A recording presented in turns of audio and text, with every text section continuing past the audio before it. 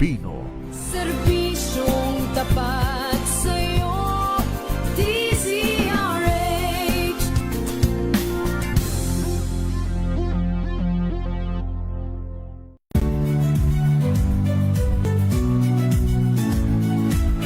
Magandang araw mga kaibigan. Ito po ang inyong balerina ng bayan, si Lisa Macuja Elizalde, na nag-aanyaya sa inyong samahan kami at ang aming mga espesyal na panauhin para sa kalahating oras ng masayang kwentuhan sa aming programang Art to Art, kung saan ang usapang sining at kultura ay para sa lahat. Huwag kaliligtaan, tuwing linggo, alas 3:30 ng hapon, dito lamang sa DZRH Radio, DZRH TV, at via online streaming.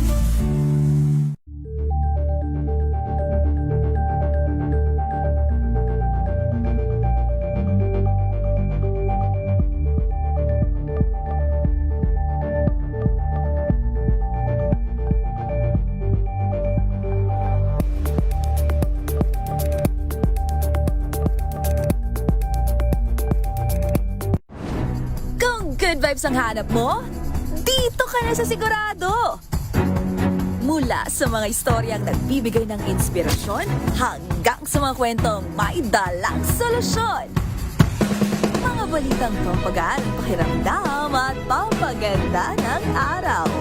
Hindi lang ba sa good news, kundi the better news. Mula Lunes hanggang Biyernes, 1:00 ng tanghali sa DZRH TV.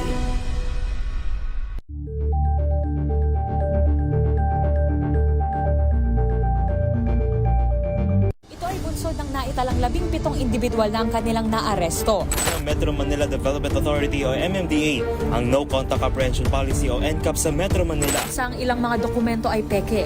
Hindi rin legal ang employment na ipinangako sa kanila. Sa mata ng batas, mananagot ang sangkot at may sala. Dahil sa bawat paglabag, may karampatang parusa. Alamin ang mga pananagutan sa likod ng mga bawal. Dito sa Hoy! Bawal yan, tuwing Sabado, alas 11:30 ng umaga. Dito lang sa DZRH TV.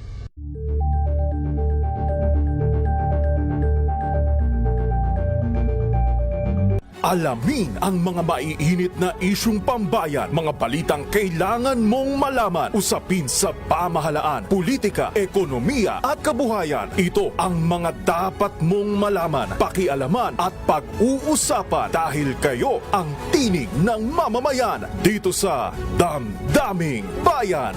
Live sa DZRH Radio, DZRH TV at DZRH Digital. Kasama sina Lakay, Deo Macalma at Elaine Apit. Araw-araw, Lunes hanggang Biyernes. Damdaming Bayan.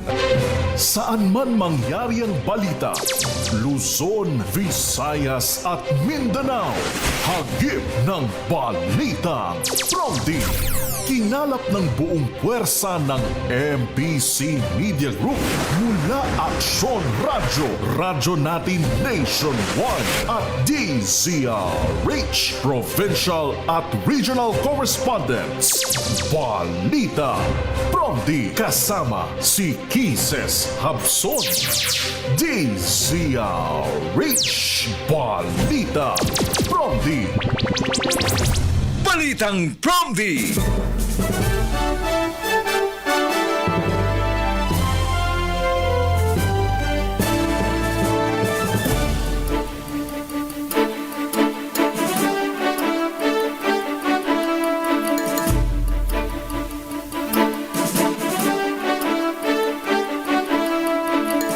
Magandang umaga Luzon, Visayas, Mindanao, Pilipinas. Ito po ang balitang Promdi ngayong araw ng Huwebes, January 22, 2025 o 2026 na pala. Sa ating headlines, dating Congressman Zaldico nagparamdam nais makipagdialogo sa gobyerno. Balitang Promdi! Espekulasyong susunod na si Senador Villanueva kay Senador Bong Revilla sa kulungan, lumutang. Balitang Promdi. Senador Bato de la Rosa, binasag din ang katahimikan ni giniit na handa niyang harapin ang kanyang kaso sa Korte ng Pilipinas. Balitang Promdi. Impeachment complaint laban kay PBBM na itransmit na sa House Speaker. Balitang Promdi. Senador Lacson, tinawag na pambabastos ang flood control scandal report ng Senate Minority. Balitang Promdi. 91% na mga pangunahing bilihin walang magiging pagtaas sa unang kwarto ng taon ayon sa DTI. Balitang Promdi. Ipinatupad na ban sa AI chatbox na Grok, posibleng alisin na. Balitang Promdi. Yan ang ulo ng ating mga balita. Kasama niyo po ang inyong lingkod, Kisas Habson, para sa DZRH Una sa Pilipinas. Una. At ngayon sa detalye ng ating mga balita.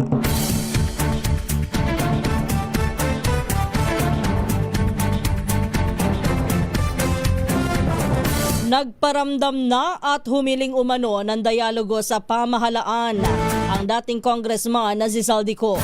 Ayon kay Interior and Local Government Secretary John Vic Remulla, nagpaodala umano ng mga fillers si Ko sa pamamagitan ng isang grupo ng mga pari para sa posibleng pakikipag-usap sa gobyerno.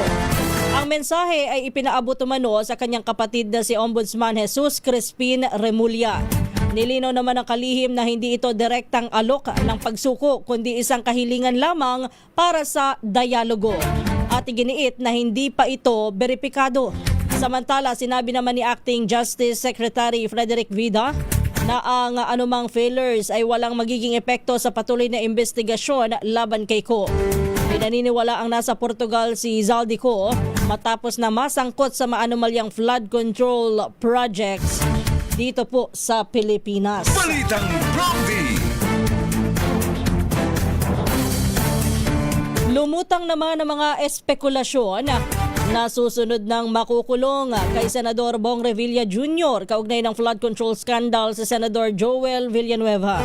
Kasunod naman ito ng inihayag ng Department of Justice na may 3 malversation charges laban kay Villanueva.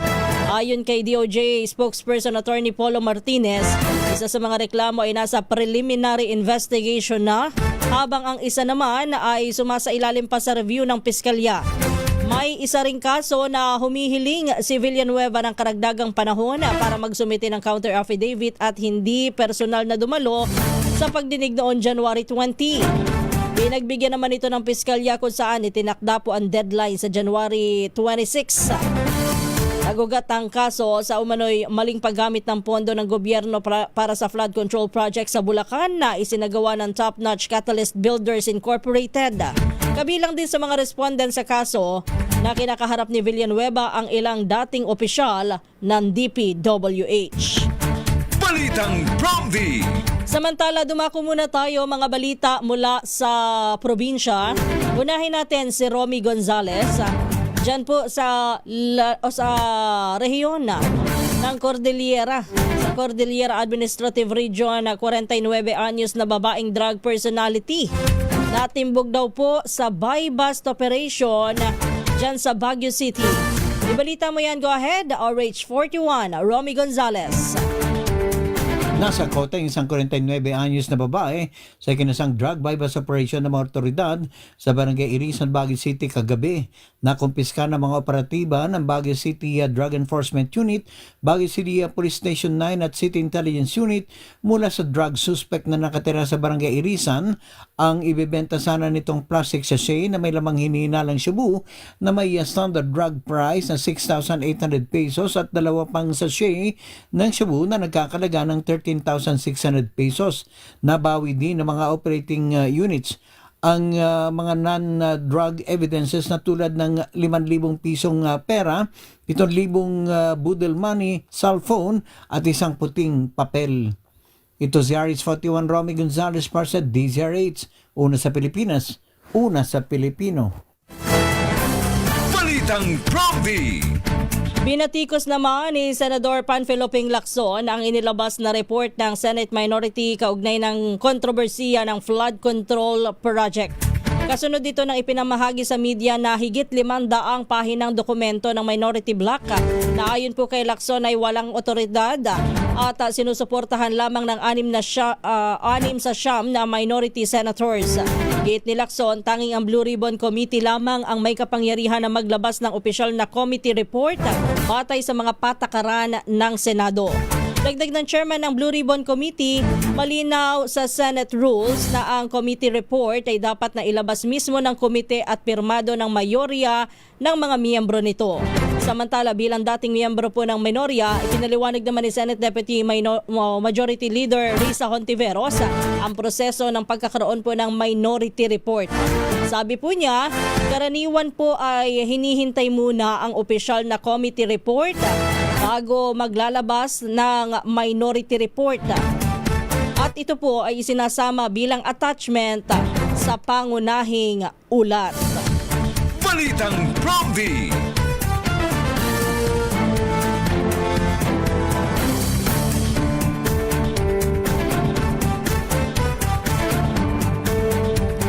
Samantala, oras natin, alas 3:15 na po ng umaga.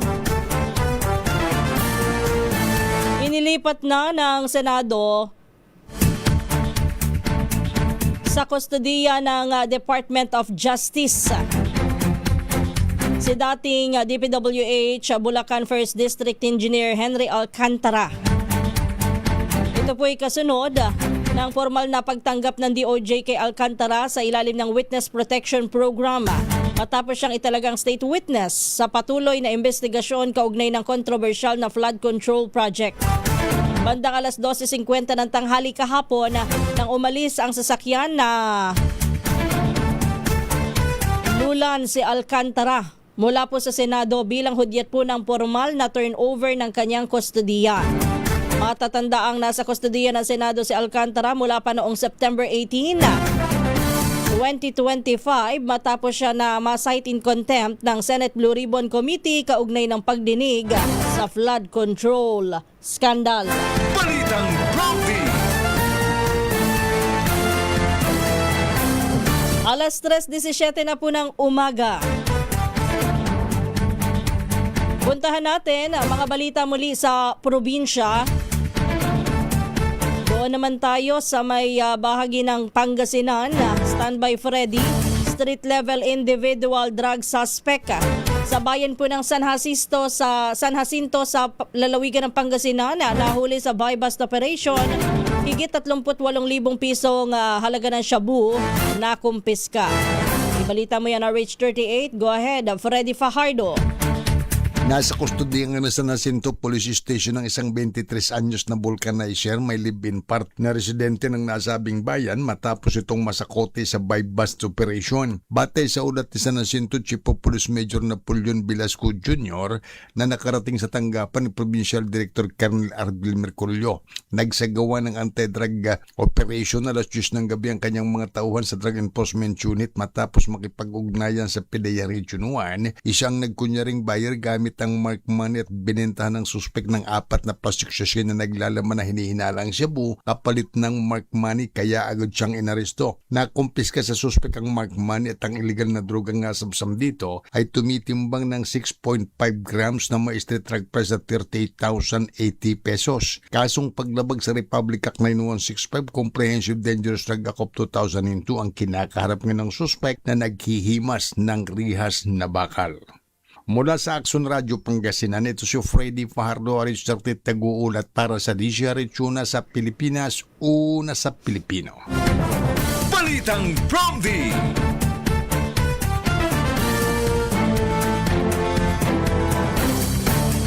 Thank you, Freddy Fajardo. Standby lang, Danny. Maayos na umusad ang proseso sa inihaing impeachment complaint laban kay Pangulong Bongbong Marcos sa Kamara matapos itong maitransmit sa tanggapan ni House Speaker Faustino D. III. Ayon sa House of Representatives, personal na iniabot kahapon po ng umaga ni House Secretary General Cheloy Garrafil ang kopya po ng reklamo sa opisina ng Speaker. Hudyat po ito ng pagsisimula ng internal process ng Kamara alinsunod sa mandato nito sa ilalim ng konstitusyon. Matatandaang ang impeachment complaint laban sa Pangulo ay inihain ni Attorney Andre De Jesus at inendorso naman sa Kamara ni Pusong Pinoy Party List Representative Journey Jet Nisay. Samantala, Ngayon pong araw, nakatakda naman na isumite ang hiwalay na impeachment complaint ng Makabayan na Black laban po kay Pangulong Bongbong Marcos. Balitang Prompty.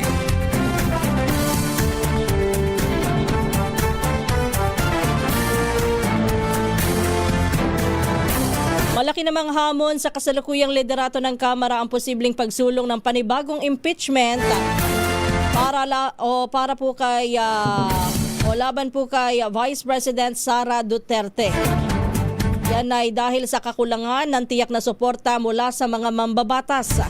Ito po naman ang naging pagtaya ni House Assistant Majority Leader Zia Alonto Adyong kaugnay po ng inaasahang muling paghahain ng reklamo para patalsikin sa pwesto ang pangalawang Pangulo.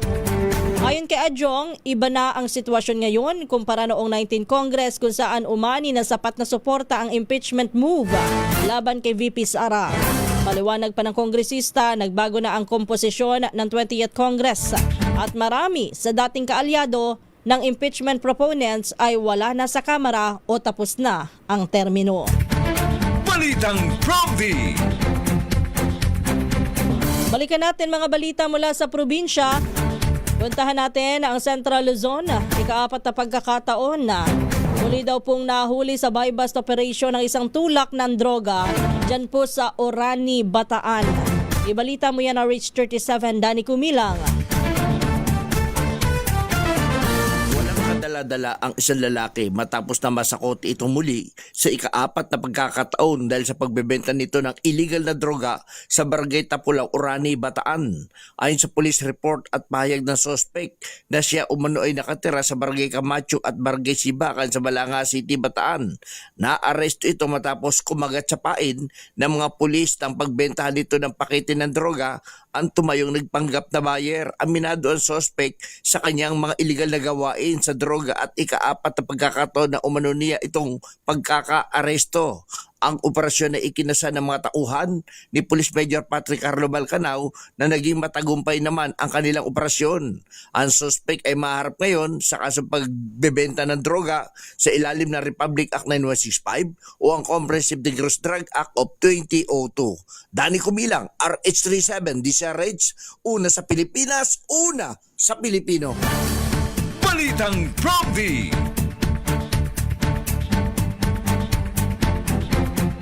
Samantala, matapos ang 2 buwang pagtatago, binasag na rin ni Senador Ronald Bato de la Rosa ang kanyang katahimikan kasabay ng kanyang ika-64 na kaarawan.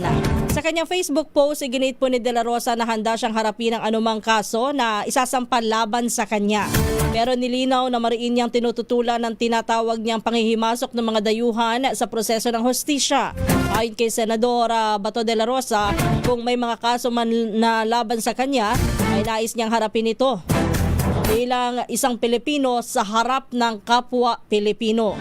Hinamon din niya ang mga individual na umano'y nagmamadaling isuko siya sa mga dayuhan at tinanong kung bakit madaling suportahan ng ilan ng ganitong hakbang laban sa isang kababayan.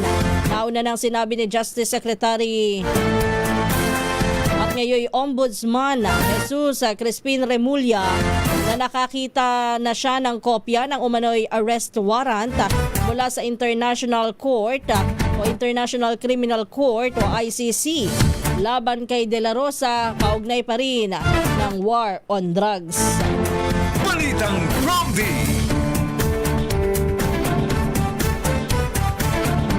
Samantala, kinasuhan na ni Manila 2nd District Representative Roland Valeriano ng cyber libel si Cavite Representative Kiko Barzaga dahil sa isang Facebook post.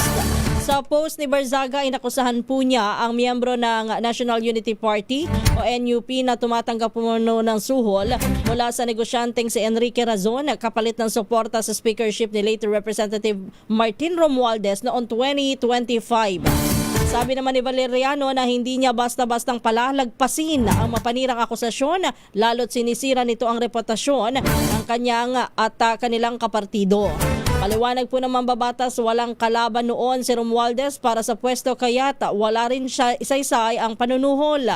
Ito na ho ang ikatlong reklamo ng cyber libel laban kay Barzaga matapos siyang kasuhan din ng negosyanteng si Enrique Razon at ni House Deputy Speaker at Antipolo Representative Ronaldo Puno. Balitang Promdi.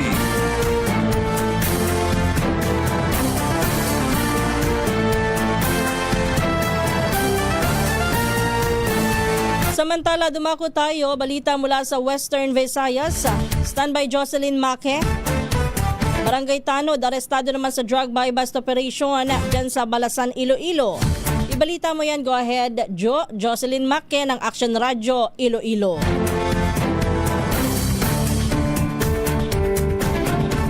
Hating milyong pisong halaga ng suspected shabu ang na-recover sa 51 anyos na barangay Tanod sa drug bust operation sa barangay Kinalkalan, Balasan. Ayon sa Balasan Police, 3 linggo ang ginawang monitoring bago ikinasa ang operasyon laban sa subject na si alias Panoy. Ito'y matapos makatanggap na impormasyon ng pulisya na nagtutulak siya ng illegal na droga. 85 grams ng suspected shabu na may market value na 578,000 pesos ang nakuha sa subject. Inaalam na ng pulisya ang source ng illegal drugs ng subject. Mula sa Action Radio Iloilo, ito si Jocelyn Make para sa DZRH, una sa Pilipinas, una sa Pilipino.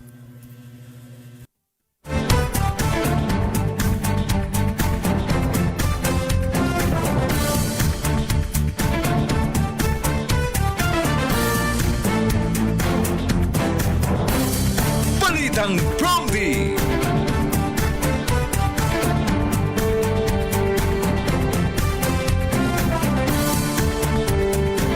Samantala, isinuko ng kampo ng negosyanteng si Charlie Atang ang 5 baril matapos po na i-revoke ng Firearms and Explosives Office ng Philippine National Police ang kanyang lisensya. Ayon sa liham na pinadala nito kay Police Brigadier General Jose Manalad Jr., Acting FEO Chief, sinabi ni Attorney Gabriel Villarreal na isinuko na ang mga armas sa Mandaluyong Police Station. Naghain naman ng affidavit of loss at blotter report ang kampo ni Charlie Atong Ang dahil hindi kasama ang isa pang lisensyadong baril ni Ang matapos itong mawala noong October nito lamang nakaraang taon. Kinumpirma naman ng PNP FEO ang pagtanggap sa mga armas at iginiit ang kanilang pagtutok sa pagpapatupad ng batas sa mga baril sa bansa. Balitang Promdi.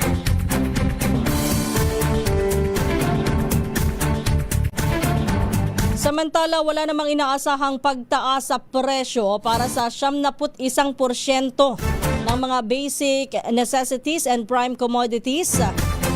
At ayon po sa Department of Trade and Industry, 186 sa 205 stock keeping units sa ilalim ng BNPC list ang nananatiling stable po ang presyo matapos na magpasya ang mga manufacturer na huwag munang dagdagan ang suggested retail price. Kabilang po sa mga produktong walang pagtaas ng presyo ang delatang sardinas, instant noodles, laundry soap o yung mga sabong panlaba. Gayon din ang kandila, tinapay, toilet soap at mga baterya. Sa kabila po ng mas mataas na gasto sa mga hilaw na materyales o yung raw materials, packaging at logistics, pinagpaliban po ng mga manufacturer ang pagtataas ng presyo bilang tugon sa panawagan naman ng DTI na panatilihing abot kaya ang mga bilihin. Sabi ng DTI, mananatili po sa kasalukuyang antas ang presyo po ng mga produktong ito habang sinusuri at binavalidate ng ahensya ang anumang kahilingan ng price adjustments para sa natitira pang mga item.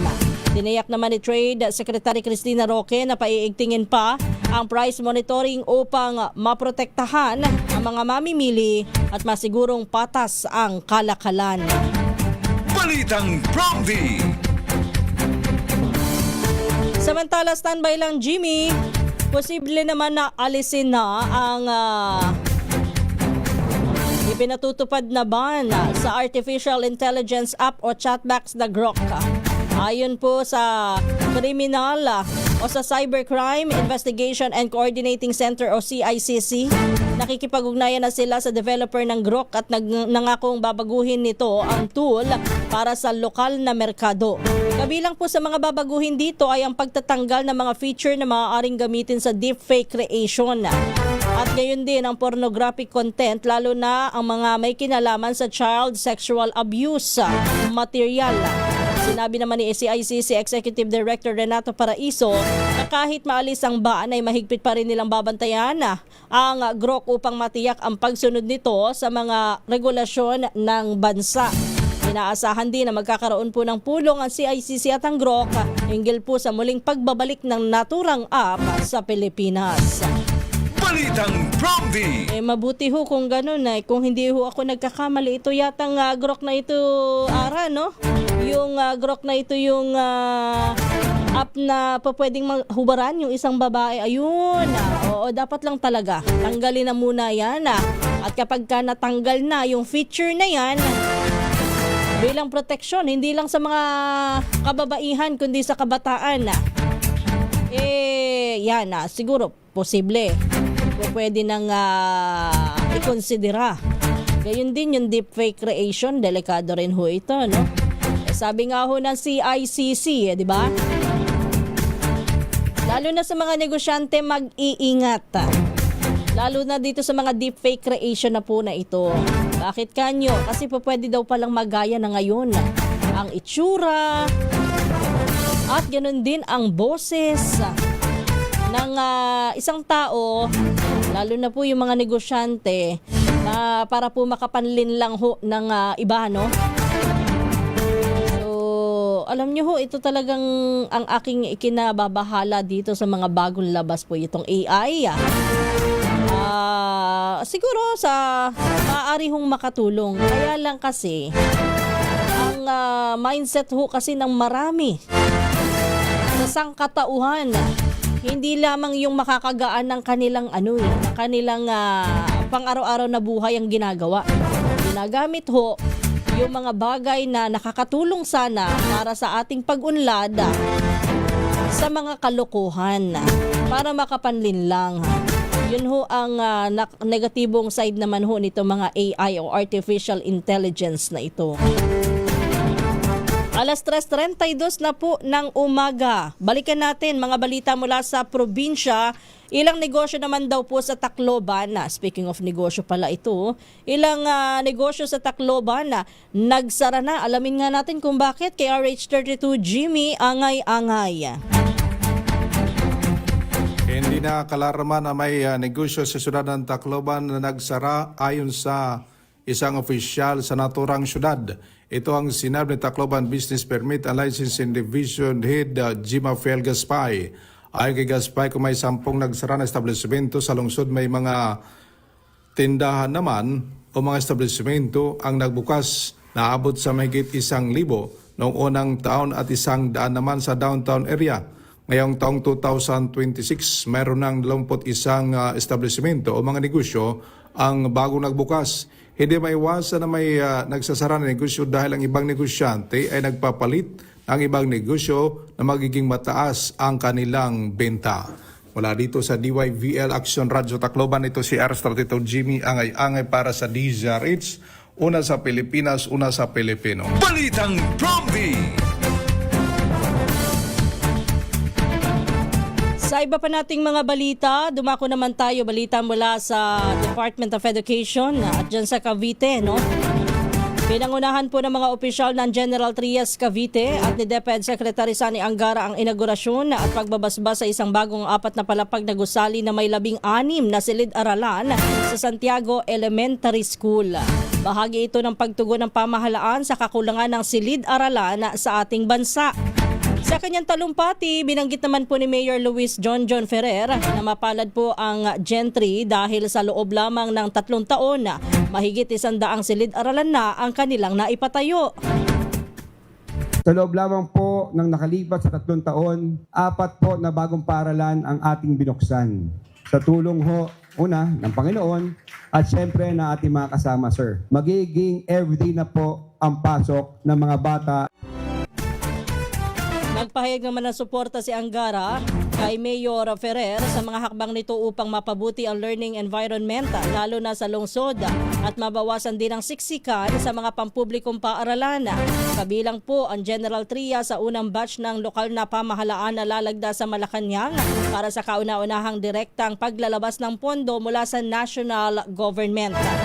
Samantala, kasabay naman ng inaugurasyon, pinangunahan din ni Secretary Angara ang mass oath-taking ng 542 guro mula sa Cavite na na-promote sa ilalim ng Expanded Career Progression System kung saan 317 ay mula po sa General Trias City. Balitang Promdi.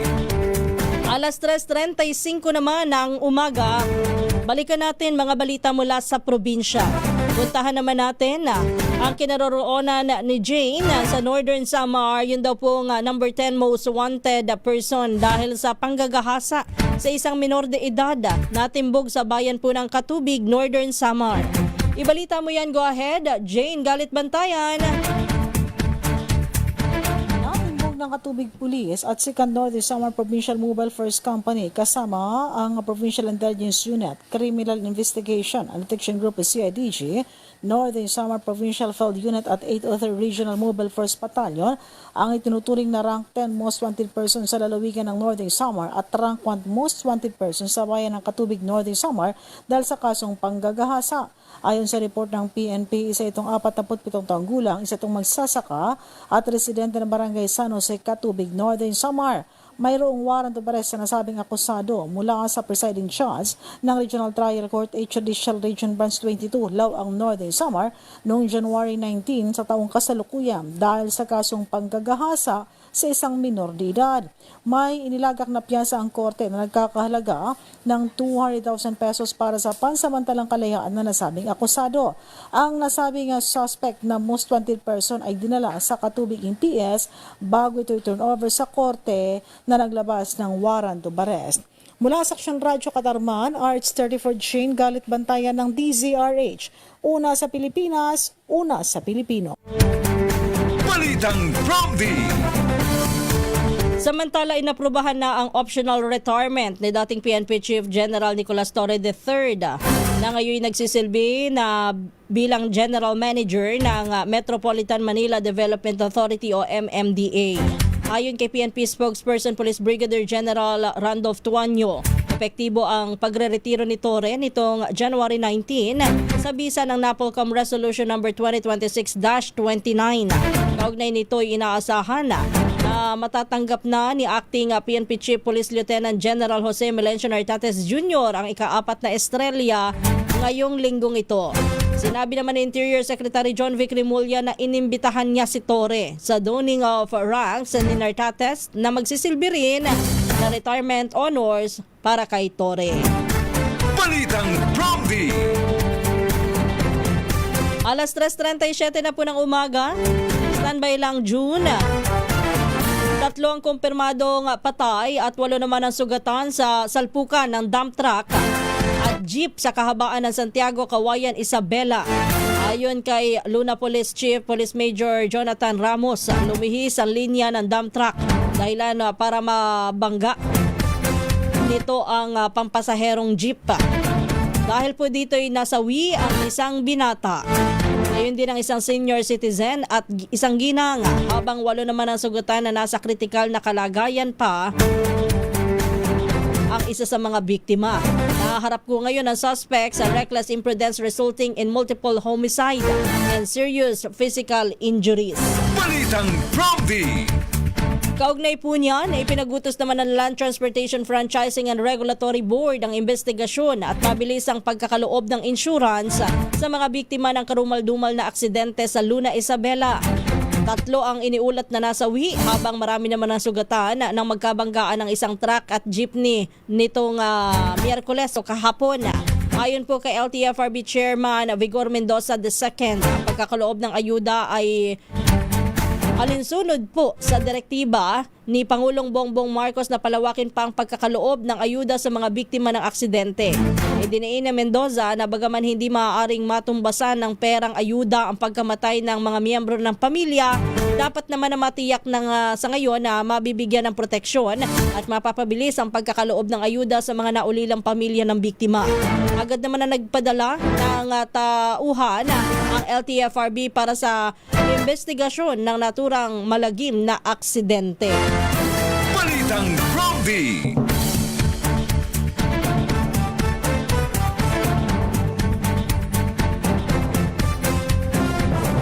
Balita naman mula sa Davao, Police Regional Office 11 tiniyak po ang patuloy na suporta sa search and rescue para sa mga pasahero at tripulante ng MBCA Amihara na nawawala.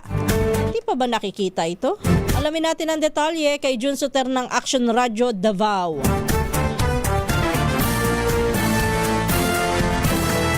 Muling tiniyak ng Police Regional Office 11 o PR11 ang buong suporta at mahigpit na koordinasyon nito sa PNP Maritime Group, Philippine Coast Guard at mga lokal na disaster response agencies sa patuloy na search and rescue operations para sa mga nawawalang tripulante at pasahero ng MBCA Amihara. Mula nang maiulat ang insidente noong Enero 19, 2026, tuloy-tuloy ang pinagsamang operasyon ng SER teams sa karagatang sakop ng Don Marcelino, Santa Maria, Malita at mga karatig baybayin sa Davao Occidental. Pansamantalang itinigil ang operasyon Enero 20 ng gabi dahil sa malakas na hangin at mataas na alon na nagdudulot ng delikadong kondisyon sa dagat. Ipinagpatuloy ang paghahanap kahapon Enero 21 matapos bumuti ang lagay ng panahon. Noong Enero 20 bandang alas 11 ng umaga, isang tripulante ang matagumpay na nasagip sa pinagsamang pagsisikap ng Philippine Coast Guard Substation, Sarangani Island at 5th Special Operation Unit ng PNP Maritime Group sa karagatang sakop ng Sarangani Island, Davao Occidental. Agad na dinala sa isang pagamutan ang nasagip na tripulante para sa gamutan na obserbasyon. Ayon kay Police Brigadier General Leon Victor Rosete, Regional Director ng PRO11, patuloy ang koordinasyon ng lahat ng ahensya upang masiguro ang walang humpay na paghahanap sa mga nawawala. Dagdag pa niya na natiling nakatuon ang mga otoridad sa kaligtasan ng mga rescuer habang sinisikap na matuntun ang 14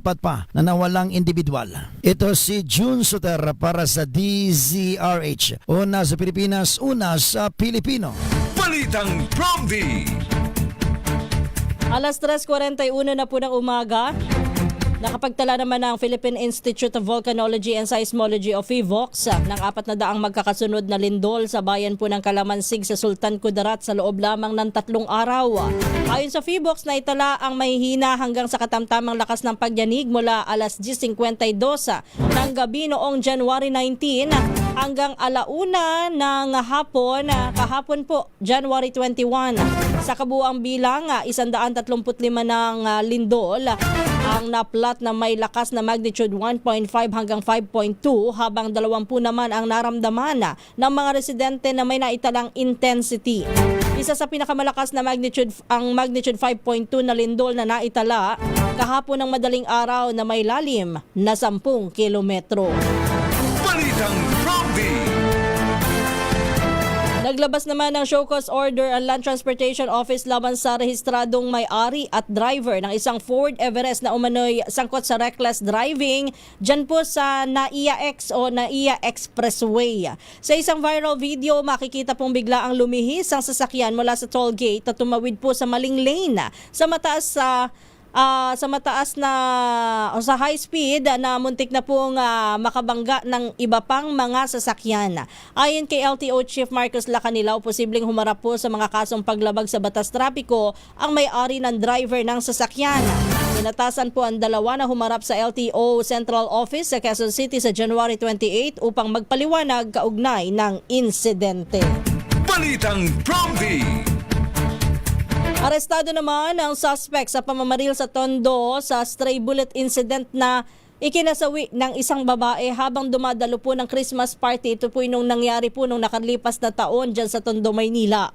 Kinilala po ni Mayor Isko Moreno ang suspect na si Bingber Kyle Enahe, 24 anyos, na umano'y miyembro ng Batang City Jail Gang. Ayon sa ulat ng Manila Police District Rahabago Station, nakita ng isang impormante si Enahe na may hawak na baril at naghahanap daw po ng kaaway sa barangay 118 noon. Sasampahan si Enahe ng kasong homicide, alarm and scandal at illegal possession of firearms ayon po sa alkalde. Bukod sa babaeng biktima, iniulat din na may nasawi din sa Barangay 120. Iniulat po na nasawi si Rayan Policarpio matapos tamaan din ng ligaw na bala habang may Christmas Eve party rin sa naturang barangay. Patuloy po ang investigasyon ng pulisya upang matiyak naman ang pananagutan sa insidente at maiwasan ang kahalintulad na trahedya. Balitang Promdi. At dyan na po nagtatapos ang ating balitaan dito po sa Balitang Promdi. Tayo ho ay dadako na sa pangalawang bahagi naman ng ating programa. Muli oras, alas 3:44 na po ng umaga.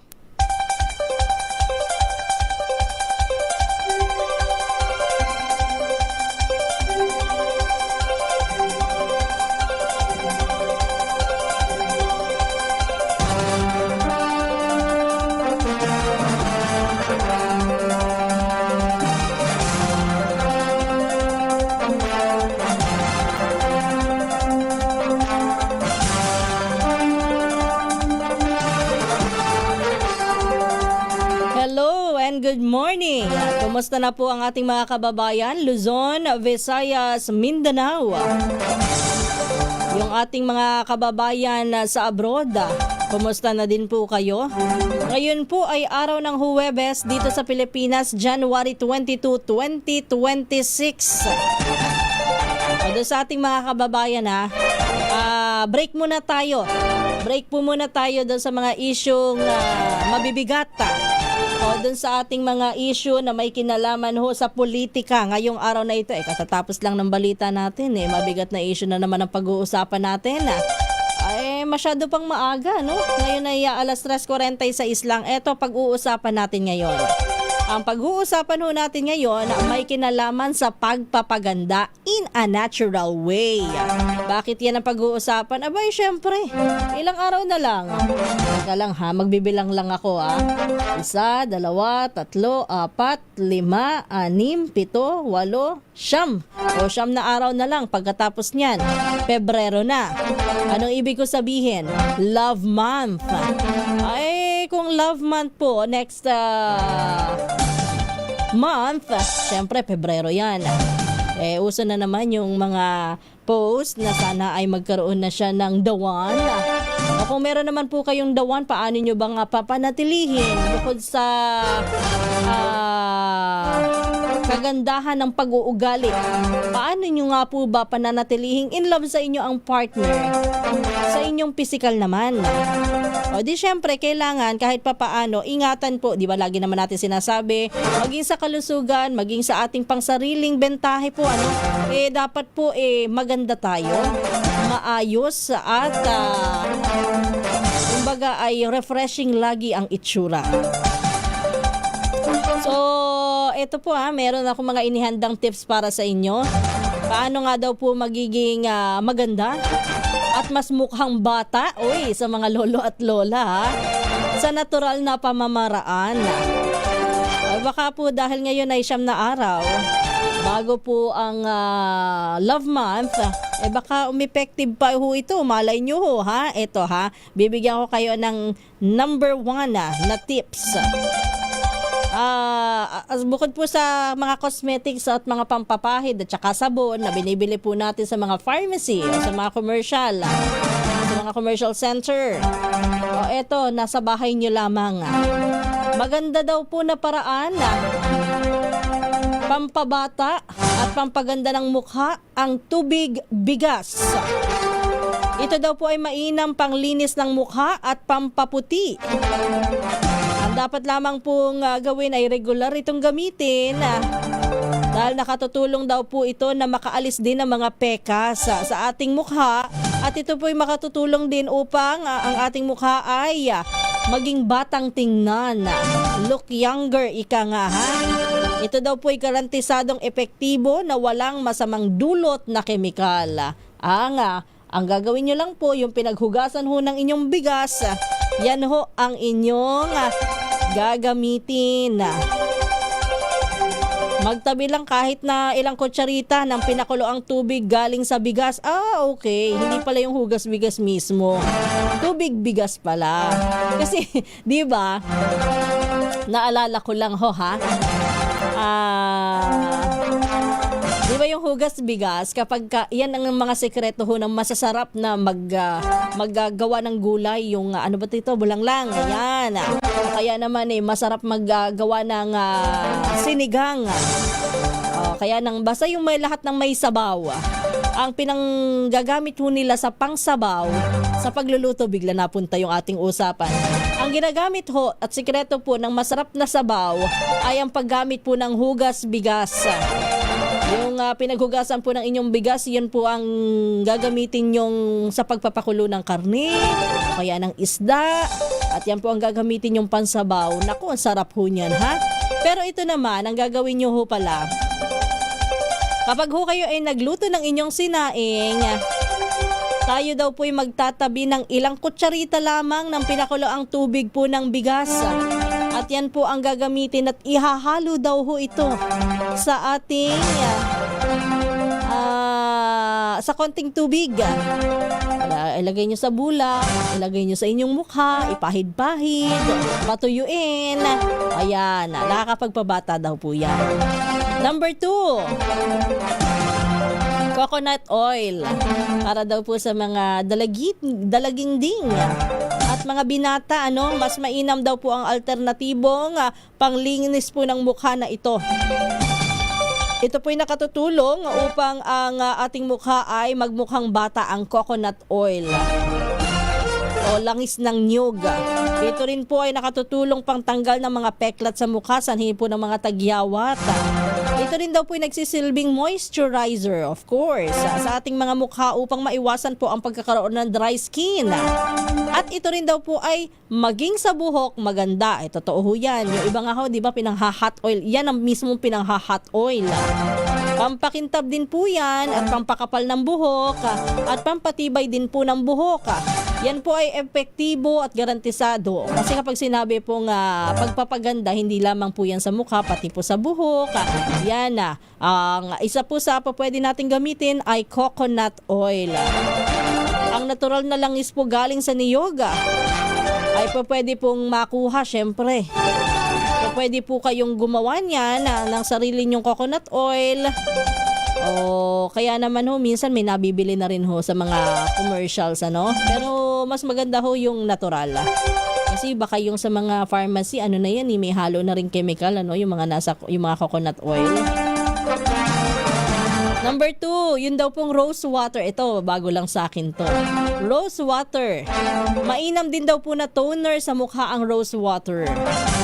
Ito po ay nagre-refresh daw po ng ating mukha, ng ating skin. Ang dapat lamang pong gawin ay magpakulo ng 1 tasang tubig. Isama po ang rosas. Naku, sa mga probinsya ito. O kaya yung, alam ko na. Yung mga binibigyan ng rosas dyan. Yung binibigyan lalo na sa February. Ay naku, yung mga bibigyan ng mga bulaklak dyan. Sa halip na malanta lamang.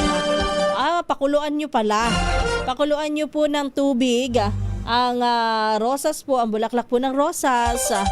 Tapos pagkatapos niyo pong pakuluan ng 15 minuto, palamigin. Isalin po sa spray o kahit sa isang container, ilagay ho sa ref. Ref lang hindi freezer ref. Palamigin. Mainam daw po itong gamitin kapag malamig, spray sa ating skin, sa ating mukha. Yan daw po ay nakatutulong pampabata. Balitang Bromby! Ang lemon o kaya kalamansi. Ito, alam ko rin to. Yung pampaputi din daw po ito, For sure naman, di ba? Yung iba nga, yung mga may itim ang kilikili. Ang nilalagay kalamansi. Pampaputi daw po ito.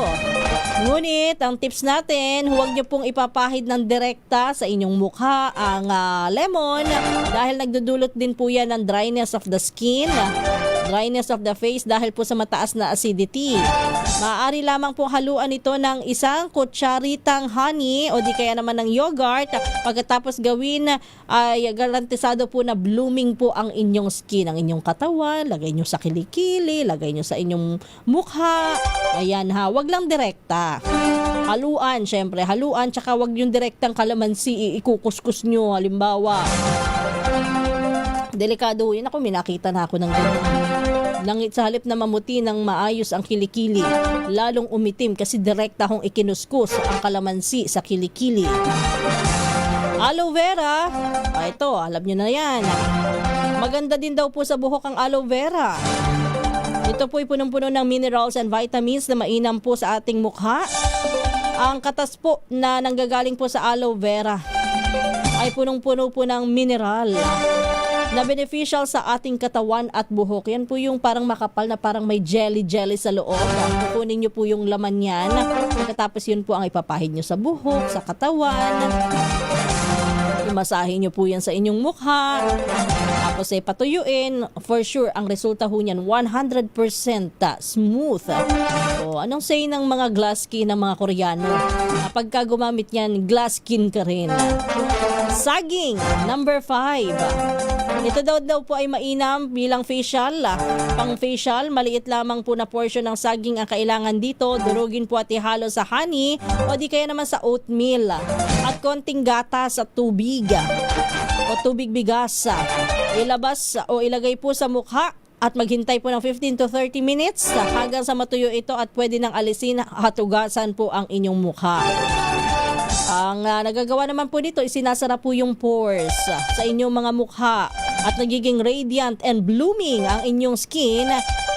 At ang banana facial spa po, pinagmumukhang bata ang ating mukha na parabang natural facelift lamang. O bukas, meron pa akong mga maibibigay sa inyong tips ha. Hindi pa tayo tapos, ang daming mga natural way na pampaganda nang hindi ka kailangang gumastos. Ayan ang ibibigay ko po sa inyo bukas. Pero in the meantime, bago tayo magtapos, syempre hindi mawawala yung ating mga pagbati Unahin ko na si Maluluyong Jean Matthew. And binabati rin po niya si kanyang lola, si Nanay Sally Castello. Happy 80th birthday. Naku, bonus na si Mama. Happy 80th birthday po sa inyo at sana ay lalo pang lumakas, more birthdays to come, more cakes to blow, more candles to blow, and more cakes to eat. Huwag lang sa sobra, baka naman tayo ay madiabetes, ha? Kisses, magandang umaga. Sabi dito, honey mask, maganda rin po para sa mga kulubot na balat na mukha. Kaya lang ang mahal ho ng honey. Kapag naman may mura, magtataka ka. Baka hindi mo na alam kung ano ang peke at hindi. Mayroon pala, kapag peke po ang honey, naninigas. Pero gaano man katagal, ilagay mo man sa rep ang honey na totoo, yan ay hindi maninigas. Ang tuba, pampaganda rin po, sabi naman ni Jojo T. Paano naman gagawin? Panghihilamos ba ang tuba o iinumin? Kaya pala mukhang 16 years old. Ikaw naman, dumali ka na naman. Pelemon Mamuwad. Binola mo na naman ako. Gustong gusto ko naman. Pero alam kong bola ito. Pero maraming salamat.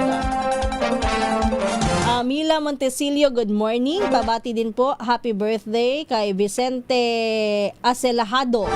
Good morning, Miss Kisa, sabi naman ni Justina Arcabal. Good morning din po ang ating pagbati. Course Navarro Galindez, binabati po natin na isang magandang umaga. And kay Efren Lorenzo, good morning. Ano po ba ang sekreto nyo sa pagiging maganda? Gumagamit po ba kayo ng hugas bigas? Malapit ko nang subukan. Diba? Wala namang masama sumubok. Kasi wala namang chemical yan. So, walang dahilan para hindi subukan. Kung hindi maging effective sa akin, ganun talaga. Sabi naman ni Renato Abad, ang sa kanya daw sikreto para sa magandang pangangatawan at magandang kutis, 8 hours of sleep and drink milk every day. 1 hour daily exercise. Sure po, you got the looks this coming Valentine's Day. Pepito Reyes, good morning ho sa inyo and happy listening, happy viewing. Ganun din sa ating Team FB. Teka lang ho, Miss Ivy Gutierrez, isang magandang umaga. Lagi yan nakatutok sa atin. Ganun din,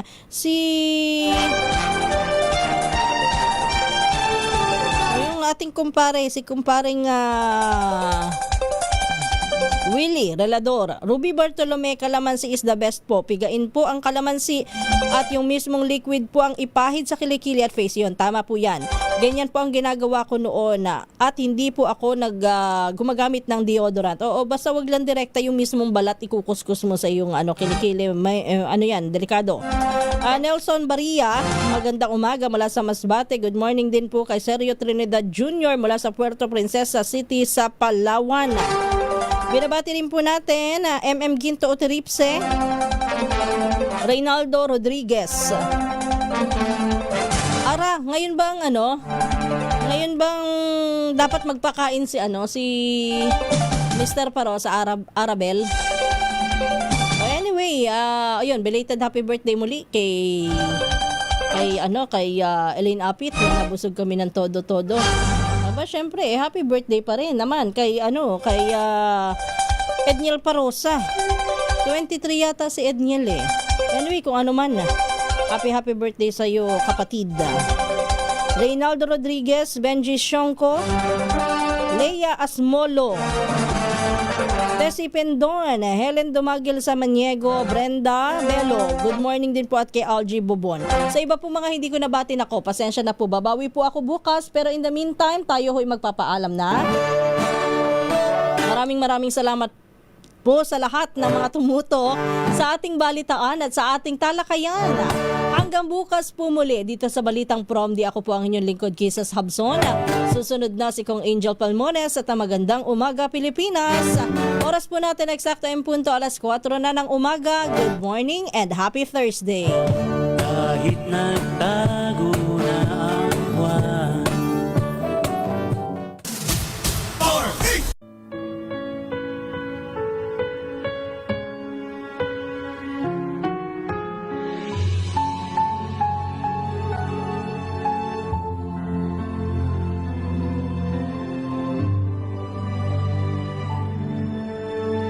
Ito ang oras ng panalangin.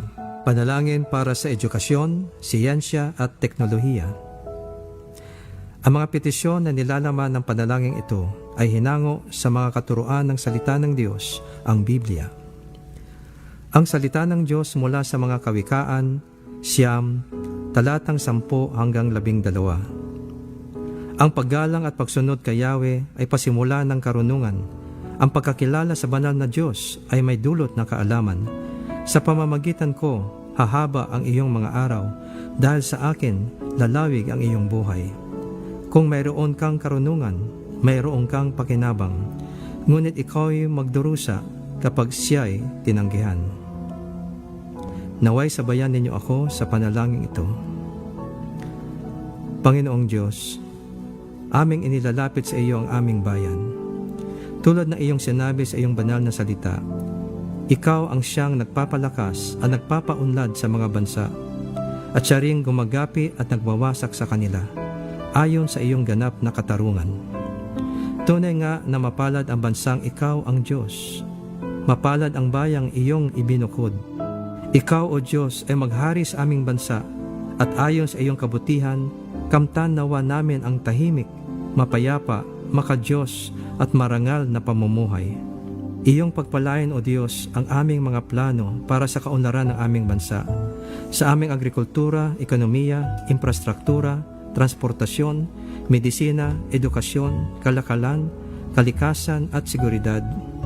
Inilalapit namin sa iyo ang mga ahensya na siyang namumuno at namamahala sa mga planong pag-unlad. Naway gawin nila ang kalugod-lugod sa iyong paningin, at sila ay iyong ilayo sa lahat ng uri ng katiwalian, pandaraya at kompromiso.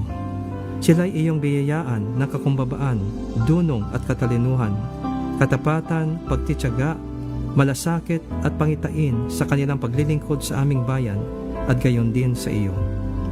Para sa iyong kaluwalhatian at layunin para sa aming bansa, marapatin mo na nawa kami ay manguna sa larangan ng siyensya at teknolohiya na siyang makakatulong sa pag-unlad ng aming mga buhay, mga industriya at ekonomiya. Gayon din sa larangan ng edukasyon na pangunahing sanhi ng aming pag-unlad at ng magandang kinabukasan para sa aming mga mamamayan. Iyong pagpalain at bigyan ng higit pang karunungan at pagtityaga ang mga guro ng aming mga paaralan at universidad. Ipakaloob mo sa kanila ang tunay na malasakit at kalinga para sa mga mangangaral. At nang sila'y palagihang magpakita ng magandang halimbawa para sa